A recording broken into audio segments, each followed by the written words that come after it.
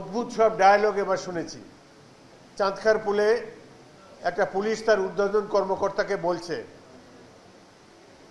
যে একটা গুলি করি একটা পড়ে যায়, বাকিটি লড়ে না। অদ্ভুত সাহসী। এখানে একটা গুলি করলে হাজার হাজার মানুষ পালিয়ে যায়, সেখানে গুলিতে আহত হয়ে ঢলে পড়ছে, রাজপথ রঞ্জিত হচ্ছে তার রক্তধারায়, কিন্তু অন্য কেউ মরছে না, শুধু একজন এসে তাকে তুলে নিয়ে হাসপাতালে নিয়ে যাচ্ছে, বাকিরা সবাই দাঁড়িয়ে আছে। এই দুঃসাহস কেমন করে তারা অর্জন করলো?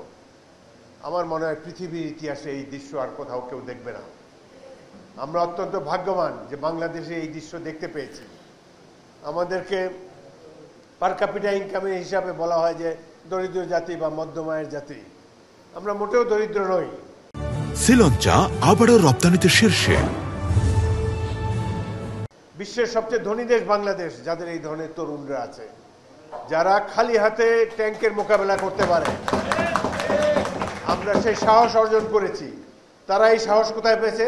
তারা আপনাদেরকে দেখে এই সাহস পেয়েছে। ৭১-এর মুক্তিযোদ্ধাদেরকে দেখে তারা এই সাহস অর্জন করেছে। তাদের ঐচিত্র্য রয়েছে। তারা হানাদার বাহিনীর বিরুদ্ধে বীর বিক্রমে যুদ্ধ করেছে। হয়তো তারা অস্ত্র নিয়ে যুদ্ধ করেছে, এবারের যোদ্ধারা নিরস্ত্র হয়ে বীর বিক্রমে যুদ্ধ করেছে। এই দৃশ্য যে দেখব অনেকেই আমরা ভাবি নাই। অত্যন্ত ভাগ্যবান, আল্লাহ রাব্বুল আলামিনের কাছে শুকরিয়া আদায় করি যে তিনি আমাদের সন্তানদেরকে সাহস জুগিয়েছেন, অনুপ্রেরণা জুগিয়েছেন। আমি ধন্যবাদ দিতে চাই এই লড়াকু তরুণদের বাবা মাদেরকে। এই দৃশ্য বাংলাদেশে পৃথিবীর কোনো দেশে কেউ দেখে নাই। সন্তান ট্যাঙ্কের সাথে যুদ্ধ করার জন্য যাচ্ছে, তার বাবা মাও তার সাথে সাথে যাচ্ছে। অদ্ভুত এক দৃশ্য।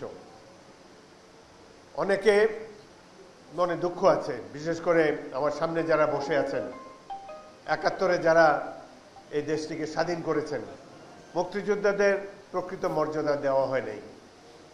এটা নিয়ে আমাদের সকলেরই দুঃখবোধ আছে। কিন্তু সেটি আবার রিপিট হয়ে যাচ্ছে। এই যে আরেকটা যে মুক্তিযুদ্ধ বা গণতন্ত্রের জন্য যুদ্ধ, জুলাই আগস্টের বিপ্লব, এই বিপ্লবে যারা শহীদ হয়েছেন, ৫০০-র অধিক ছাত্র যুবক, তারা চোখ হারিয়েছেন, তারা কিন্তু চিকিৎসাটিও পাচ্ছেন না। তাদের দুঃখবোধ আমার চেয়েও বেশি। এইভাবে জীবন উৎসর্গ করার পর শহীদ পরিবারের জন্য কি করেছে এই সরকার, কি করেছে আমরা? কিছুই করা হয় নাই। আমি আজকের এই সভাতে আপনাদের পক্ষ থেকে দাবি জানাতে চাই, এই জুলাই আগস্ট বিপ্লবে গণ অভ্যুত্থানে যারা শহীদ হয়েছে প্রত্যেকটি পরিবারকে মুক্তিযোদ্ধা বীর ভাতা দেওয়া উচিত। যারা আহত, চক্ষু হারিয়েছেন, অঙ্গ হারিয়েছেন, সব কাজ বাদ দিয়ে এই সরকার আগে তাদেরকে সুস্থ করে তুলুক।